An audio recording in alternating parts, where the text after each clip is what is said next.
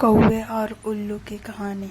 बहुत समय पहले की बात है कि एक वन में एक विशाल बरगद का पेड़ कौवों की राजधानी था। हजारों कौवे उस पर वास करते थे। उसी पेड़ पर कौवों का राजा मेघवर्ण भी रहता था। बरगद के पेड़ के पास ही एक पहाड़ी थी जिसमें असंख्य गुफाएं थी।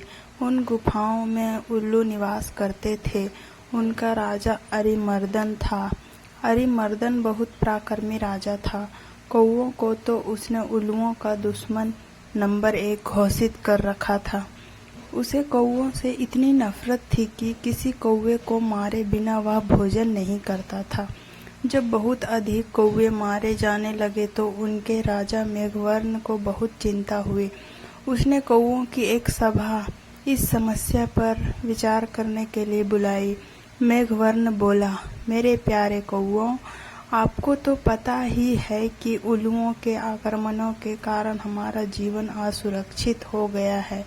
हमारा शत्रु शक्तिशाली है और अहंकारी भी। हम पर रात को हमले किए जाते हैं। हम रात को देख नहीं पाते हैं। हम दिन में जवाबी हमला नहीं कर पाते क्योंकि वे गुफाओं के अंधेरों में सुरक्षित बैठे रहते हैं। फिर मेघवर्ण ने सयाने और बुद्धिमान कौवों से अपने सुझाव देने के लिए कहा। एक डरपोक कौवा बोला, हमें उल्लू से समझौता कर लेना चाहिए। वह जो शर्तें रखे हम स्वीकार करें। अपने से ताकतवर दुश्मनों से पिटते रहने में क्या तुक है। बहुत से कौवों ने कांव कांव करके विरोध प्रकट किया। एक गर्म दिमाग का कौवा चीखा, हमें उन दुष्टों से बात नहीं करनी चाहिए। सब उठो और उन पर आक्रमण कर दो। एक निराशावादी कौवा बोला, शत्रु बलवान है, हमें यह स्थान छोड़कर चले जाना चाहिए। सयाने कौवे ने सलाह दी, अपना घर छोड़ना ठीक नहीं होगा। हम यहाँ से गए तो बिल्कुल ही टूट जाएंगे। हमें यहीं रहकर और पक्षियों से सहायता लेनी चाहिए। कौवों में सबसे चतुर और बुद्धिमानी स्थिरजीवी नामक कौवा था, जो चुपचाप बैठा सबकी दलीलें सुन रहा था। राजा मेघवर्ण उसकी ओर मुड़ा, महाशय आप चुप हैं, मैं आपकी राय जानना चाहता हूँ। स्थिरजीवी बोला, महाराज, शत्रु अधिक शक्तिशाली हो तो छल नीति से काम लेना चाहिए। कैसी छल नीति, जरा साफ साफ बताइए, स्थिरजीवी राजा ने कहा। स्थिरजीवी बोला, आप मुझे भला बुरा कहिए और मुझ पर जानलेवा हमला कीजिए। मेघवर्ण चौंका, यह आप क्या कह रहे हैं स्थिरजीवी? स्थिरजीवी राजा मेघवर्ण वाली डाली पर जाकर कान में बोला, छल नीति के लिए हमें यह नाटक करना पड़ेगा। हमारे आसपास के पेड़ों पर उल्लू जासूस हमारी इस सभा की सारी कार्यवाही देख रहे हैं। उन्हें दिखाकर हमें फूट और झगड़े का नाटक करना होगा। इसके बाद आप सारे कौवों को लेकर सरमुख पर्वत पर जाकर मेरी प्रतीक्षा करें। मैं उल्लुओं के दल में शामिल होकर उनके विनाश का सामान जुटाऊंगा। घर का भेदी बनकर उनकी लंका ढाऊंगा। फिर नाटक शुरू हुआ। स्थिरजीवी चिल्लाकर बोला, मैं जैसा कहता हूँ वैसा कर, राजा कर। राजा के बच्चे, क्यों हमें मरवाने पर तुला है? मेघवर्ण चीख उठा, गद्दार, राजा से ऐसी बदतमीजी से बोलने की तेरी हिम्मत कैसे हुई?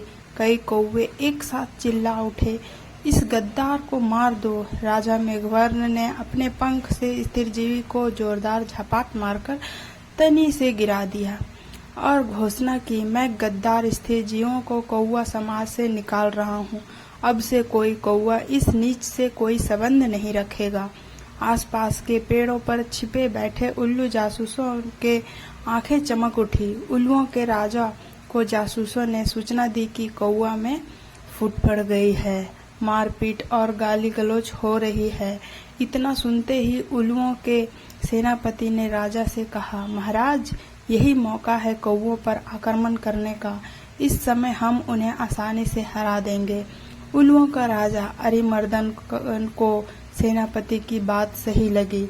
उसने तुरंत आक्रमण का आदेश दे दिया। बस फिर क्या था, हजारों उल्लुओं की सेना बरगद के पेड़ पर आक्रमण करने चल दी। परंतु वहां एक भी कौवा नहीं मिला। मिलता भी कैसे? योजना के अनुसार मेघवर्ण सारे कौवों को लेकर सरमुख पर्वत की ओर कूच कर दिया था।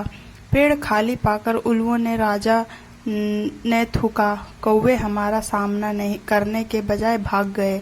ऐसे कायरों पर हजार थू। सारे उल्लू हू की आवाज निकालकर अपनी जीत की घोषणा करने लगे। नीचे झाड़ियों में गिरा पड़ा स्थिरजीवी कौवा यह सब देख रहा था। स्थिरजीवी ने कांव कांव की आवाज निकाली। उसे देखकर जासूस उल्लू बोला, अरे यह तो वही कौवा है जिसे उनका राजा धक्का देकर गिरा रहा था और अपमानित कर रहा था। उल्लुओं का राजा भी आया। उसने पूछा, तुम्हारी यह दुर्दशा कैसे हुई? स्थिरजीवी बोला, मैं राजा मेघवर्ण का नीति मंत्री था। मैंने उनको नेक सलाह दी कि उल्लुओं का नेतृत्व इस समय एक पराक्रमी राजा कर रहे हैं। हमें उल्लुओं की अधीनता स्वीकार कर लेनी चाहिए। मेरी बात सुनकर मेघवर्ण क्रोधित हो गया और मुझे फटकार कर कौवों की जाति से बाहर कर दिया।